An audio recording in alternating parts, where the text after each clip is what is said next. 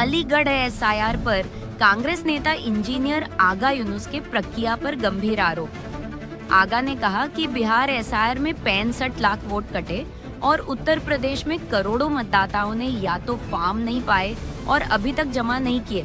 ऐसे करोड़ों वोट अगर गलत थे तो सत्ता फिर गलत वोटों से बनी। भाजपा सरकार को त्यागपत्र देना चाहिए। प्रक्रिया को लेकर लगातार चर्चाएं चल रही हैं, तारीख भरनी चाहिए अपनी। देखिए, हमारा सीधा मानना है एसआईआर की जो प्रक्रिया है पूरी तरह से फेल है। शुरू से अगर आप देखें तो एसआईआर के लिए न कोई तैयारी थी। आनन फानन में कहीं न कहीं ये द्वेष की भावना से ऐसा लगता है कि पिछड़े दलित और मुस्लिम वोटर्स को हटाने के लिए ये आनन फानन में लाई हुई प्रक्रिया नजर आती है।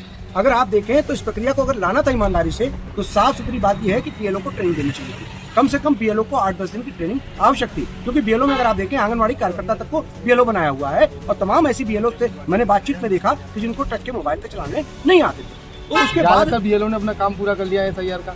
देखिए, ये तो कागजी बातें हैं, कागज में मौसम गुलाबी है। ये तो सरकार का आप सरकार की बातें आप बता रहे हैं। मैं ये कहना चाहता हूँ तो फिर अगर आप ये बात कह रहे हैं तो ये बात क्यों उठ रही है कि यूपी के अंदर 2.25 करोड़ से अधिक वोटर अभी तक टर्न अप नहीं हुए हैं, जिनके मतदाता गणना पत्र बटे हैं।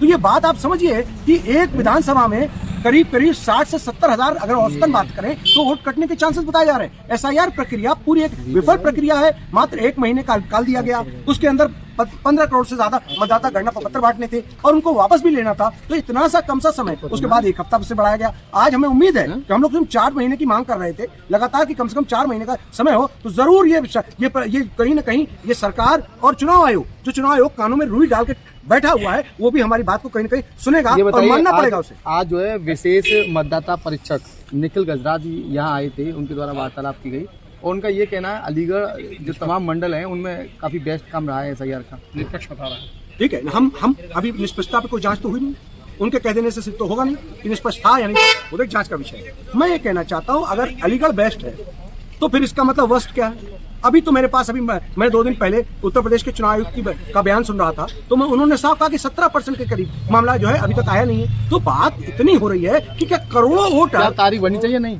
तारीख बिल्कुल बढ़नी चाहिए और वो एक योग्य वोटर को ढूंढना चाहिए, पता करना चाहिए। बीएलओ जाते ही नहीं घर, एक भी बीएलओ बताओ कि जिसके घर किसी के घर जाता हो। 2014, 2019 और 2034 में प्रधानमंत्री बने इन्हीं वोटों को लेकर, और जो 2003 की लिस्ट पर आप एसआईआर करवा रहे हैं, जो वोट डाले हैं वो फिर प्रधानमंत्री कैसे बन गए? देखिए, अगर ये कहते हैं कि जैसे इन्होंने 65 लाख वोट काटे, तो उन 65 लाख वोट के दम पे ये सत्ता में आए थे, तो इनको तो कुर्सी छोड़ देनी चाहिए। इसीलिए तो हम कहते हैं वोट चोर गद्दी छोड़। यही तो बात है हमारी। हम तो यही कह रहे हैं कि तुम करोड़ों वोटों की तुम चोरी कर करके तुमने सत्ता हासिल की है। आज प्रधानमंत्री को खुद कुर्सी छोड़ देनी चाहिए, क्योंकि जब इतने लाख वोट, इतने करोड़ वोट कट रहे हैं, उन वोटों के दम पर ये सत्ता में आए तो इसका मतलब ये था कि वो निष्पक्ष तौर पर चुनाव नहीं था।